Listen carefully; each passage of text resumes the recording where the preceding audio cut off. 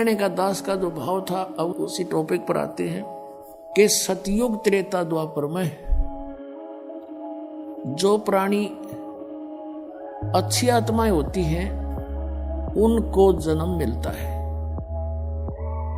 और वो कौन होती है? जैसे अब ये बैन उठ गया मालिक का, मालिक ने खोल दिया ये भंडारा मोक्ष का, ओपन कर दिया ये मोक्ष और ये मंत्र और ये वो मूल ज्ञान जो अभी तक छुपा के रखना था वो भी।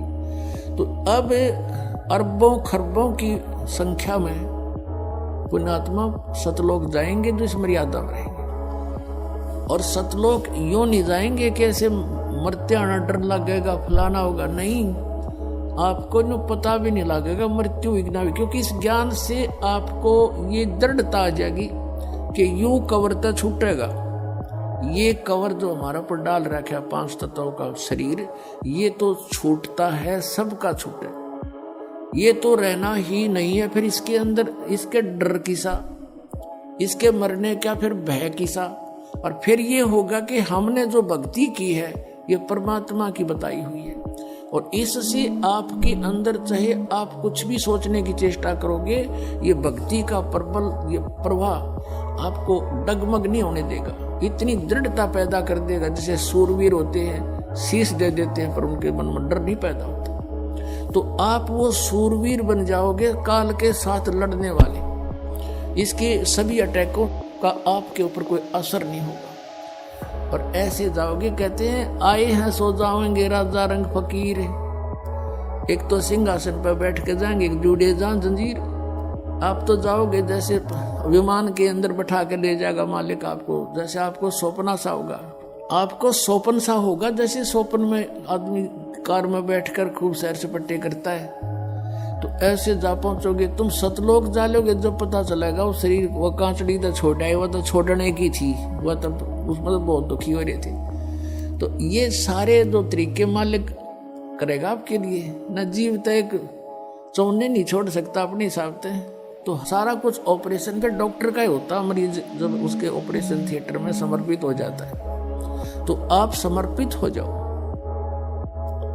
फिर वो करेगा सारा कुछ आपको हर तरह से बचाव करेगा। जो आवश्यक वस्तु होगी वो आपको देगा, नहीं होगी तो नहीं देगा। तो डॉक्टर के अंडर ट्रीटमेंट होने के बाद मरीज ने अपने नहीं चलानी चाहिए, वो रोग को बढ़ा सकता घटा नहीं सकता, ये सोच लेना।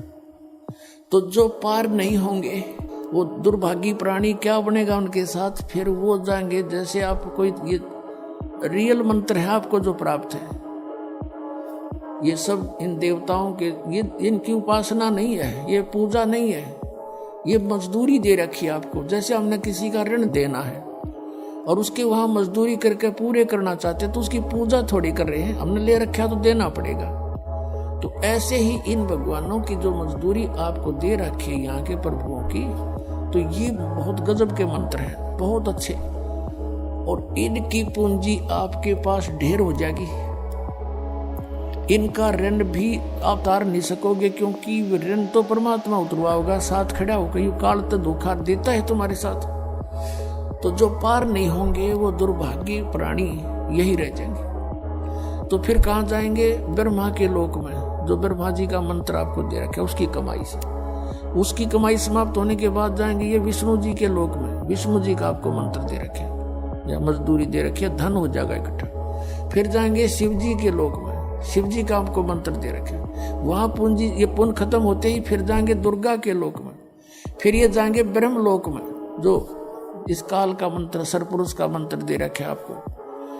और उसके बाद जो सतनाम प्राप्ति है, सारनाम प्राप्ति है, ये भी रह जाओगे। ये नहीं कि सार नाम मिल गया तुम होगे पार, नहीं। मर्यादा सबसे बड़ी चीज है। जैसे सारी टिकट ले रहे हो, जहाज में बैठे नहीं उतर गए नीचे, फायदा क्या हुआ उसका? डालो रो जी टिकट ने, वह कैंसिल होगी। तो ऐसे ही आप जी ने इस परमात्मा के द्वार से हटना नहीं है। द्वार धनी के पड़ा रहे, धक्के धनी के खावे, और 100 काल जगजोली पर द्वार छोड़ नहीं जावे। जहाज तो उतरे नहीं नीचे, टिकट आपने ले रखी है। तो फिर कई कहते हैं यहाँ से जैसे बिना ज्ञान के व्यक्ति चले गए, नाम त्याग के, मतलब इस स्थान को त्याग के, अब का मंत्र तो ये जाप करेंगे और गुरु और बना लेंगे। वाह भाई वाह, टिकट जहाज गिर बैठ गया गधे पर जाके। अकल देखो इनकी।